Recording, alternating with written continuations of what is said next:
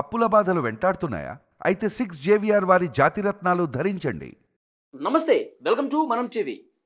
ఆంధ్రప్రదేశ్లో భవిష్యత్తులో జరగబోయే స్థానిక సంస్థల్ని వైఎస్ఆర్ కాంగ్రెస్ పార్టీ బాయ్కాట్ చేయాలని డెసిషన్ తీసుకున్నట్టుగా సమాచారం వస్తోంది. మరి వైసీపీ నిజంగానే స్థానిక సంస్థల్ని ఫేస్ చేయదా? దాని వెనకాల ఉన్నటువంటి రీజన్స్ ఏంటి? దీని మీద మాట్లాడదాం. ప్రస్తుతం అనలిస్ట్ కట్టా కార్తిక్ ఉన్నారు. కార్తిక్ గారు నమస్తే అండి. కార్తిక్ గారు, స్థానిక సంస్థలు ఎన్నికలు రాబోతున్నాయి ఆంధ్రప్రదేశ్లో. నీలం సాహ్ని గారు ఆల్రెడీ అక్కడ ఎలక్షన్ కమిషనర్ ఆమె ఆంధ్రప్రదేశ్లో. దానికి గ్రౌండ్ ప్రిపరేషన్లో కూడా ఆమె ఉన్నారు. ఆ ఏర్పాట్లు కూడా చకచకా జరిగిపోతున్నట్టుగా తెలుస్తోంది. మరి వైసీపీ నిజంగానే స్థానిక సంస్థల్ని బాయ్కాట్ చేసే ఆలోచన చేస్తోందా? జరుగుతున్న ప్రచారం మీ ముందు పెడతా ఉన్నాను. అలా ఒకవేళ తీసుకుంటే కనుక, బాయ్కాట్ చేస్తే కనుక ఏంటి దానికి రీజన్స్? మరి ఏ రాజకీయ పార్టీ బలాన్ని అంచనా వేయాలన్నా ప్రజాస్వామ్యంలో కొలమానం ఎన్నికలే. ఎన్నికల్లో వచ్చే సీట్ల ఆధారంగానే, ఎన్నికల్లో వచ్చే ఓట్ల ఆధారంగానే ఏ రాజకీయ పార్టీ అయినా బలంగా ఉంది, ఈ రాజకీయ పార్టీ బలంగా లేదని చెప్పుకోవచ్చు. ఒక బలంలో కూడా ఈ ప్రాంతంలో బలం ఉంది, ఈ ప్రాంతంలో బలం లేదని మనం తేల్చగలిగేది ఎన్నికల ద్వారానే, వచ్చే ఓట్ల ద్వారానే, వచ్చే సీట్ల ద్వారానే. ఇప్పుడు వైసీపీ అధికారం కోల్పోయింది సీట్లు తగ్గటం వల్ల, ఓట్లు తగ్గటం వల్ల. కూటమి అధికారంలోకి వచ్చింది ఓట్లు పెరగటం వల్ల, సీట్లు పెరగటం వల్ల. ఇప్పుడు లోకల్ బాడీ ఎన్నికలు వస్తున్నాయి. నిజానికి వైసీపీకి ఇది ఒక అడ్వాంటేజ్. నిజంగా వైసీపీ పొద్దున్న లేస్తే చెప్పినట్టు ప్రభుత్వం మీద వ్యతిరేకత పెరిగింది అన్నదే నిజమైతే, ప్రభుత్వం రైతులకు గిట్టుబాటు ధర ఇవ్వట్లేదు అన్నదే నిజమైతే, ప్రైవేట్ మెడికల్ కాలేజీని ప్రైవేటైజ్ చేయటమే నిజమైతే, ప్రజల్లో ప్రభుత్వం మీద వ్యతిరేకత వచ్చింది అన్నదే కనుక నిజమైతే, అంటే పొద్దున్న లేస్తే జగన్మోహన్ రెడ్డి గారు చెప్పే మాటలన్నీ కనుక నిజమైతే, లోకల్ బాడీ ఎన్నికల్లో కనుక వైసీపీ పార్టీ ఎక్కువ సీట్లు స్థానాలు సంపాదించగలిగితే అది నిజమే అనుకోవచ్చు. వైసీపీ చెప్తుందంతా నిజమే, కూటమి కిందకి నీరు వచ్చేసింది, కూటమి నెక్స్ట్ అధికారంలోకి వచ్చే అవకాశమే లేదు అనే ఒక అంచనాకు రావచ్చు. కానీ ఇప్పుడు వైసీపీ ఎన్నికలను బాయ్కాట్ చేస్తామని చెప్తుంది. అంటే ఆ ఉద్దేశాన్ని బయట పెడతా ఉంది. కారణం ఇక్కడ మనం కొన్ని విషయాలు ఆలోచించుకోవాలి. పార్టీ అధికారం నుంచి పోయిన తర్వాత దాదాపు ఒక 10 జిల్లాల్లో, అంటే విభజిత జిల్లాల్లో దాదాపు ఒక 10 జిల్లాల్లో మనకి చాలా సరైనటువంటి నాయకులు ఆ పార్టీకి లేరు. ఇప్పుడు ఈస్ట్ గోదావరి జిల్లాలో, వెస్ట్ గోదావరి జిల్లాలో పలా నాయకులు చాలా యాక్టివ్గా ఉన్నారని వాళ్ళని చెప్పి నువ్వు లేరుగా. ఉత్తరాంధ్రలో బొత్స సత్యనారాయణ గారిని మినహాయించేసి మిగతా నాయకులు చాలా యాక్టివ్గా ఉన్న నియోజకవర్గాల్లో అనే పేరు చెప్పు నాకు. సరే, ఇప్పుడు శ్రీకాకుళం జిల్లా నుంచి మొదలు పెడదాం. శ్రీకాకుళం జిల్లాలో ధర్మాన పెద్ద నాయకుడు, దువ్వాడ పెద్ద నాయకుడు, తమ్మినేని సీతారాం పెద్ద నాయకుడు, వీళ్ళు చాలా యాక్టివ్గా ఉన్నారు అనేటువంటి చూపించి నాకు. సో చాలా చోట్ల ఆ పార్టీకి నాయకత్వం కొరబడింది. తర్వాత వాళ్ళ పార్టీ కొన్ని స్కాముల్లో ఇరుక్కొని కేసులు ఎదుర్కొంటా ఉంది, అరెస్టులు కూడా జరుగుతూ ఉన్నాయి. ఆపువాదులు ఆ పార్టీ మోస్తూ ఉంది. అవి ప్రజల్లో కొంత బ్యాడ్ నేమ్ తీసుకొచ్చేటువంటి స్కాములు. ఇప్పుడు ఎగ్జాంపుల్ లిక్కర్ అనేటువంటిది ప్రధానంగా ఒక బ్యాడ్ ఒపీనియన్ క్రియేట్ చేసేది. లిక్కర్ అనేటువంటిది ఎంత డేంజర్ అంటే చెప్తాను నీకు. కేజ్రీవాల్ ఉన్నాడు కదా, ఈ దేశంలోనే అతిపెద్ద మాస్ లీడర్. నరేంద్ర మోడీ గారు ఏ రకమైనటువంటి ప్రభావాన్ని దేశ రాజకీయాల మీద చూపించారో, అలాగే ఢిల్లీ రాజకీయాలతో స్టార్ట్ అయినటువంటి ఒక ప్రాంతీయ పార్టీ నాయకుడు అయినటువంటి కేజ్రీవాల్ దేశ రాజకీయాల్లో అంత ప్రభావాన్ని చూపించగలిగాడు. ఢిల్లీలో అధికారాన్ని చూపించి మిగతా రాష్ట్రాల్లో కూడా అధికారంలోకి వచ్చి అంత తీసుకున్నాడు. పంజాబ్లో అధికారంలోకి వచ్చాడా, గుజరాత్లో పోటీ చేశాడా, గోవాలో పోటీ చేశాడా, దేశవ్యాప్తంగా అన్ని రాష్ట్రాల్లో శాఖలు ఏర్పాటు చేసుకున్నాడా? అలాంటి నాయకుడు లిక్కర్ స్కామ్లు ఇరుక్కోవటం వల్ల అధికారాన్ని కోల్పోవటం పక్కన పెట్టి ఎమ్మెల్యేగా కూడా గెలవలేకపోయాడు. అంటే లిక్కర్ స్కామ్లు ఇరుక్కుంటే అలా ఉంటుంది. ఇప్పుడు కేసీఆర్ చాలా పెద్ద లీడర్ కదా, కేసీఆర్ కూతురు కల్వకుంట్ల కవిత లిక్కర్ స్కామ్లు అరెస్ట్ అయితే జరిగినటువంటి పార్లమెంట్ ఎన్నికలు ఆ పార్టీకి ఒక సీట్ రాలేదు.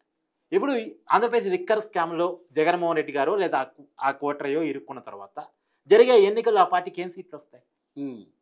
కాబట్టి అందులోనూ కొన్ని ఎగ్జాంపుల్స్ చూద్దాం మనం.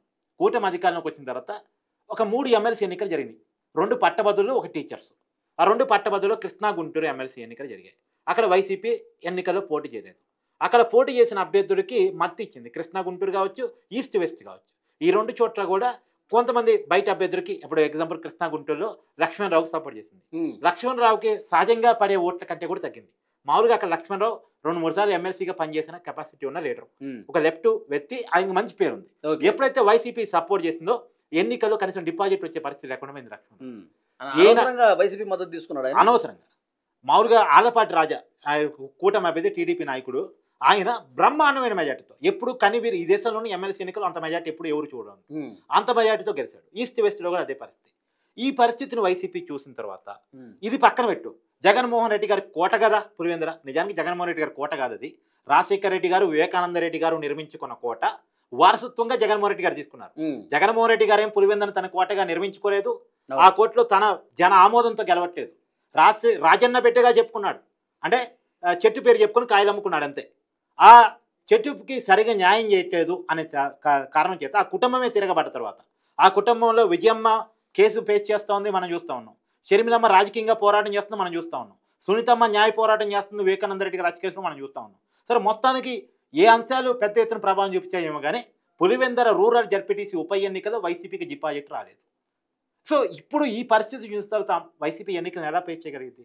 రెండోది, ఈ లోకల్ బాడీల్లో వైసీపీ డిపాజిట్ గల్లంత అవుతుంది. నిజానికి వైసీపీ అధికారులు ఉన్నప్పుడు లోకల్ బాడీలన్నీ వైసీపీ గెలిచింది. నయానో భయానో మొత్తానికి ఆ పార్టీ మీద టీడీపీ అనేక విమర్శలు చేసినప్పటికీ కూడా వైసీపీ మొత్తంగా క్యాప్చర్ జరిగింది స్టేట్ వైడ్ లోకల్ బాడీలు అన్నిటి కూడా. ఈవెన్ కుప్పం మున్సిపాలిటీని కూడా ఆ రోజు వైసీపీ కొట్టగలిగింది. సో ఆ పరిస్థితి నుంచి వైసీపీ రాష్ట్రంలో ఖాళీ అయ్యే పరిస్థితి వస్తే ఈవెన్ పులివెందల్లో కూడా టీడీపీ సత్తా చాటగలిగితే ఏంటి పరిస్థితిగా? కాబట్టి ఈ పరిస్థితిని ఎందుకు కొని తెచ్చుకోవాలి? మేము ఎన్నికల్లో పోటీ చేయలేదు కాబట్టి టీడీపీ గెలిచిందని చెప్పుకుంటే బాగుంటుందిగా. కూటమి మేము ఎన్నికల్లో పోటీ చేయలేదు కాబట్టి కూటమి గెలిచిందంటే చెప్పుకుంటే బాగుంటుంది కదా. ఆ ఆలోచనలో వైసీపీ ఉన్నట్టు తెలుస్తూ ఉంది. ఎందుకంటే వాస్తవంగా వైసీపీ నమ్మించాలనుకున్నది ఒకటబ్బా, వైసీపీ బలం పెరిగింది, కూటమికి వ్యతిరేకత పెరిగింది. ఇది నమ్మించాలనుకుంటుంది. లోకల్ బాడీలో వైసీపీ ఓడిపోతే అది నమ్మించడం సాధ్యం కాదు. ఇప్పుడు వైసీపీకి 2029 ఎన్నికలు అనేది చాలా చాలా ఇంపార్టెంట్. ఇప్పటికే నీ వీడియోలో కూడా చాలాసార్లు చెప్పాను. 2029 ఎన్నికల్లో జగన్మోహన్ రెడ్డి గారి కనుక అధికారం రాకపోతే వైసీపీ పార్టీకి చాలా ఇబ్బందికరమైన పరిణామాలు. ఎందుకంటే జగన్మోహన్ రెడ్డి గారిని లిక్కర్ కేసులో దోషిగా, నిందితుడిగా కాదు దోషిగా తేలుస్తారు. వన్స్ దోషిగా తేలి 2 సంవత్సరాల పైగా జైలు శిక్ష కనుక పడితే ఉన్న ఎమ్మెల్యే పదవి పోతుంది. ఎన్నికల్లో పోటీ చేసే అర్హత కోల్పోతారు. జైల్లో ఉన్నంతకాలం ఎన్నికల్లో పోటీ చేయడానికి ఉండదు. జైలు నుంచి వచ్చిన తర్వాత కూడా 10 సంవత్సరాలు ఎన్నికల్లో పోటీ చేసే అర్హత ఉండదు. వాళ్ళ పార్టీ ఇప్పుడు వైసీపీ పార్టీ అనేది జగన్మోహన్ రెడ్డి గారి పేస్ మీద ఆధారపడ్డ పార్టీ, ఆయన ఇమేజ్ మీద ఆధారపడే పార్టీ. ఆయనే లిక్కర్ స్కామ్లు ఇరుక్కుని జైల్లో ఉండి ఎన్నికల్లో పోటీ చేసే అర్హతను కోల్పోతే ఇక ఆ పార్టీ ఎక్కడ ఉంటుంది? రెండోది, లిక్కర్ స్కామ్ అనేది ప్రజల ప్రాణాలు తీసిన స్కామ్. దాదాపు 30,000 మంది నకిలీ మద్యం తాగి చనిపోయారనేది ఒక లెక్క. దాదాపు 90,000 మంది కిడ్నీలు రివర్లు పోగొట్టుకున్నారు తప్పుడు మద్యాన్ని తాగి అనేది ఇంకో లెక్క. సో ఇంత కుటుంబాన్ని చిత్రం చేసిన స్కామ్లో జగన్మోహన్ రెడ్డి గారికి శిక్షపడి దోషిగా తేలితే కోర్టుకైనా తేలిస్తే ఇక వైసీపీ పార్టీకి ఉనికి ఎక్కడ ఉంటుంది? మనం కేజ్రీవాల్ మన కళ్ళ ముందు ఉదాహరణ కనపడుతున్నాడు కదా. కేజ్రీవాల్ కంటే పెద్ద లీడరు జగన్మోహన్ రెడ్డి కాదు కదా. ఆయన 3 సార్లు ముఖ్యమంత్రిగా వరుసగా గెలిచిన వ్యక్తి ఆయన కేజ్రీవాల్. అక్కడ ఆ ఢిల్లీ అధికారాన్ని చూపించి పంజాబ్లో కూడా అధికారాన్ని తీసుకొచ్చుకున్నటువంటి వ్యక్తి ఆయన. అలాంటి వ్యక్తి ఒక లిక్కర్ స్కామ్లో ఇరుక్కోవటం వల్ల ఎంత ఇమేజ్ క్రెడిబిలిటీని పోగొట్టుకున్నాడు. సో మన కళ్ళ ముందు ఎగ్జాంపుల్, ఇప్పుడు వాళ్ళు ప్రజలకు ఏం చెప్పదలుచుకున్నారు అంటే వాళ్ళు ప్రజలకి ఏమి చెప్పరు. వాళ్ళ అంచనాలో ఏంది, ప్రజలకి వాళ్ళ పైకి ఏం చెప్తారంటే కూటమి రాజకీయ అధికార దుర్వినియోగానికి పాల్పడుతోంది, ఎన్నికలు సజావుగా జరిగే పరిస్థితి లేదు, ఎన్నికలు సజావుగా జరిగే పరిస్థితి లేదు అన్న పాయింట్ కూడా ఒక మాట మాత్రం నేను చెప్తాను. నేను నీలం సాహ్ని ఎవరైతే ఇప్పుడు ఎన్నికల కమిషనర్గా ఉన్నారో ఆమె ఎవరబ్బా అసలు? జగన్మోహన్ రెడ్డి గారు అధికారంలో ఉన్నప్పుడు చీఫ్ సెక్రటరీగా నియమించుకున్న వ్యక్తి. ఇలాంటి మంచి వ్యక్తిని నియమించుకోవాలని జగన్మోహన్ రెడ్డి గారు ఆ రోజు చెప్పేవారు. తర్వాత ఆమె చీఫ్ సెక్రటరీగా రిటైర్ అయిన తర్వాత కూడా ప్రభుత్వ సలహాదారుగా నియమించుకున్నారు. ప్రభుత్వ సలహాదారు అయిపోయిన తర్వాత కూడా ఎన్నికల కమిషనర్ అయితే ఆయన ఆనందపడ్డారు జగన్మోహన్ రెడ్డి గారు. ఎందుకు? నిమ్మగడ్డ రమేష్ మీద అనుకోవంతో. జగన్మోహన్ రెడ్డి గారు ఇష్టపడి ఐఏఎస్ ఎన్నికల కమిషనర్గా ఉన్నప్పుడు ఎన్నికల్లో పోటీ చేయొచ్చు కదా. ఇప్పుడు జగన్మోహన్ రెడ్డి గారికి యాంటీగా పనిచేసే వ్యక్తి ఉన్నారు, జగన్మోహన్ రెడ్డి గారు వ్యతిరేకించే వ్యక్తి ఆ పొజిషన్లో కూర్చున్నారంటే వేరు. జగన్మోహన్ రెడ్డి గారు ఇష్టపడే ఐఏఎస్, ఆయన నియమించుకున్న ఐఏఎస్, ఆమె చీఫ్ సెక్రటరీ చేసుకున్న ఐఏఎస్ ఆ పొజిషన్లో కూర్చొని ఎన్నికలు పెడుతున్నప్పుడు ఎన్నికలు సజావుగా జరగడానికి అవకాశం ఉంది కదా. ఓకే, కానీ పైకి మాత్రం ఇప్పుడు చెప్తారు ఎన్నికలు సజావుగా జరగట్లేదు. అవసరమైతే నీలం సాహ్ని గారి మీద కూడా అనేక విమర్శలు చేస్తారు, బండలేస్తారు, రాళ్ళేస్తారు, రకరకాలుగా చేస్తారు. మొత్తానికి వైసీపీ చెప్పదలుచుకుంది ఏంటంటే రాష్ట్రంలో అధికార దుర్వినియోగం చేసి కూటమి వన్ సైడ్గా ఏదో లాబింగ్ చేసి రిగ్గింగ్ పాల్పడి ఈవీఎంల ద్వారా మళ్ళా గెలవాలని చూస్తుంది. ఈవీఎం పెడుతున్నారు కదా. ఇప్పుడైతే నీలం సాహ్ని గారు చెప్పారు ఈవీఎం పద్ధతిలో ఎన్నికలు జరుగుతాయి అని. కాబట్టి ఈవీఎం పద్ధతిలో ఎన్నికలు జరుగుతున్నాయి కాబట్టి మేము ఎన్నికలు బైకాట్ చేస్తాం. ఈవీఎం అని ప్రధానంగా నాకు ప్రస్తావిస్తారని నేను అనుకుంటున్నాను. ఈవీఎంతో ఎన్నికలు పెట్టాలని వ్యతిరేకిస్తున్నామని. కానీ వైసీపీ గుర్తుంచుకోవాల్సిందంటే మొన్న పులివెందుల జడ్పీటీసీ ఉప ఎన్నికలు బ్యాలెట్ పద్ధతిలో జరిగింది. మరి ఫలితం ఎలా వచ్చింది? బ్యాలెట్ పద్ధతే. అంతేందుకు సరే ఇప్పుడు అంటే కూటమి అధికారంలో ఉంది కాబట్టి బ్యాలెట్ పద్ధతిలో జరిగితే కూటమి అధికారం తెచ్చుకుంది, అధికార దుర్వినియోగాన్ని పాల్పడి పోలీసులను ఉపయోగించి అని అనుకోండి. ఒకవేళ వైసీపీ చెప్తున్న వర్షన్ అదేగా. వైసీపీ అధికారంలో ఉన్నప్పుడు కూడా రాయలసీమ పట్టభద్రుల ఎమ్మెల్సీ ఎన్నికలు జరిగాయి. ఒక రాయలసీమే కాదు మొత్తంగా జరిగాయి, స్టేట్ వైడ్గా జరిగాయి. నేను రాయలసీమ ఎందుకు ప్రస్తావిస్తున్నా అంటే వెస్ట్ రాయలసీమలో పులివెందుల కూడా ఉంది. ఆ పులివెందుల ప్రాంతంలో కూడా టీడీపీకి ఎక్కువ ఓట్లు పడ్డాయి వైసీపీ కంటే. వైసీపీ అధికారంలో ఉన్నప్పుడే పోలీసులు చట్టాలు అన్ని వైసీపీ చేతుల్లో ఉన్నప్పుడే. ఆయన అధికారంలో ఉన్నప్పుడే ప్రజలు విసిగిపోయారు. ప్రజలు విసిగిపోయి బ్యాలెట్ పద్ధతిలో, మళ్ళీ ఈవీఎం కాదు బ్యాలెట్ పద్ధతిలో టీడీపీ అభ్యర్థికి ఎక్కువ ఓట్లు వేశారు. వెస్ట్ రాయలసీమ పట్టభద్రుల ఎమ్మెల్సీ ఎన్నికల్లో టీడీపీ గెలిచింది ఆ రోజు. కడప జిల్లా, చిత్తూరు జిల్లా, ఇవన్నీ ప్రాంతాలు ఉన్నటువంటి పరిధిలో టీడీపీ గెలిచింది, వైసీపీ ఓడిపోయింది. అంటే ఇప్పుడు ప్రాబ్లం బ్యాలెట్లో కాదు, ఈవీఎంలో కాదు, ప్రజల బ్రెయిన్లో ఉంది ప్రాబ్లం. అంటే వైసీపీ పట్ల ప్రజల బ్రెయిన్లో వ్యతిరేకత ఉంది. దాన్ని తొలగించుకోవడానికి జగన్మోహన్ రెడ్డి గారు ఏం చేయదలుచుకున్నారు చెప్పండి. ఇప్పుడు ఆయన మెడికల్ కాలేజీల మీద నిన్న ఆందోళన చేశారు. నిజంగా ప్రజా సమస్యల మీద ఉద్యమం చేస్తే రాజకీయ పార్టీకి అడ్వాంటేజ్ ఉండాలి. కానీ నిన్న ఏ విషయాలు బయటకు వచ్చినాయి? అసలు జగన్మోహన్ రెడ్డి గారు నిర్మించిన 5 మెడికల్ కాలేజీల్లో మేనేజ్మెంట్ కోటా కింద 12 లక్షలకి సీటు, ఎన్ఆర్ఐ కోటా కింద 20 లక్షల సీటు అమ్ముకున్నారని వచ్చింది. అసలు ప్రభుత్వ మెడికల్ కాలేజీలో మేనేజ్మెంట్ కోటా ఏంటి అసలు? ప్రభుత్వమే మేనేజ్మెంట్ అయినప్పుడు ప్రభుత్వ మెడికల్ కాలేజీలో సీటు ఫ్రీగా వస్తుంది కదా, కన్వీనర్ కోటా కింద ఇవ్వాలి కదా, మొత్తం కన్వీనర్ కోటా కింద ఇవ్వాలి కదా. కానీ మేనేజ్మెంట్ కోటా ఏంది? నువ్వు అప్లై చేసింది ప్రైవేటీకరణ. ఇప్పుడు వీళ్ళు పీపీపీ చేస్తున్నారు, ప్రైవేటీకరణ చేస్తున్నారు, ఆందోళన చేస్తున్నారు. అంటే ఇవన్నీ విషయాలు బయటకు వస్తూ ఉన్నాయి. సరే, ఇవన్నీ వైసీపీకి డిసడ్వాంటేజెస్. జగన్మోహన్ రెడ్డి క్రెడిబిలిటీ రాలేదు. సరే పోనీ, ఇప్పుడు వైసీపీ పార్టీ ఒక ఆందోళన పిలిపించింది, తప్పో ఒప్పో కొంతమంది అని కనెక్ట్ అవుతారు. మరి జగన్మోహన్ రెడ్డి గారు ఎక్కడ? నేను ఆందోళనలో జగన్మోహన్ రెడ్డి గారు లేరే. ఆయన స్థాయి కాదా ఆందోళన చేయటం? ఆయన స్థాయి కాదా ప్రజల సమస్యల మీద మాట్లాడటం? రైతుల సమస్యల మీద, యూరియా సమస్య మీద, నిజంగా యూరియా సమస్య మీద వైసీపీ పెద్ద ఎత్తున గొడవ చేసుకోవచ్చు, వైసీపీ ఆందోళన చేసుకోవచ్చు. కానీ జగన్మోహన్ రెడ్డి గారు కనపట్టలేదు. ఎక్కడ? అసెంబ్లీకి రావట్లేదు, రోడ్డు మీదకి రావట్లేదు, ఏదో పార్టీ మీటింగ్లు పెట్టి మాట్లాడిపోతున్నారు. కానీ ఇదా అయితే ప్రజలు ఎలా గెలుస్తారు? గెలవరు అన్న విషయం వైసీపీకి కూడా తెలుసు. అందుకనే ఇప్పటికిప్పుడు లోకల్ బాడీ ఎన్నికల్లో వైసీపీ వెళ్ళడానికి అవకాశం లేదు. సహజంగా లోకల్ బాడీలు అధికారం ఉన్న వాళ్ళకి అడ్వాంటేజ్గా ఉంటాయి, ఖచ్చితంగా ఉంటాయి, ఎంత ఉన్నా కథనే ఉంటాయి. పైగా వైసీపీ మీద వ్యతిరేకత పోలేదు, అది వాళ్ళకి తెలుస్తుంది. అందుకనే ఎన్నికలు బైకాట్ చేయాలని లోపల అనుకున్నారు, పైకి మాత్రం ఈవీఎంలను చూపించేసి ఎన్నికలు బైకాట్ చేయడానికి వాళ్ళు సిద్ధపడుతున్నారు అనేది మనకి. ఫైనల్ గా 2029 అసెంబ్లీ ఎన్నికల్లో మాత్రమే ఆ పార్టీ పోటీ చేస్తుంది.